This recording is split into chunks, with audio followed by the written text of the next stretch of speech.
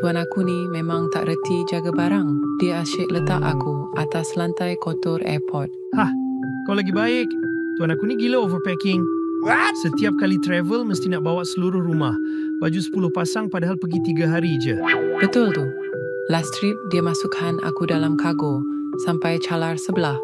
Kau ingat cabin bag senang? Aku kena bantal, kena pijak bawah kerusi, kadang-kadang kena jadi footrest. Tapi yang paling teruk, dia selalu lupa kunci zip aku. Nasib baik tak ada apa-apa jatuh.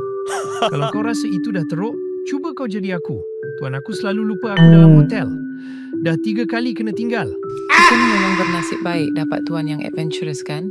Tapi sebab diorang kita dapat lihat dunia. Baik, kita maafkan je lah. Belajar menerima kekurangan orang lain. Aku ni kena pusing-pusing dunia pun Oni still komplain duit tak cukup.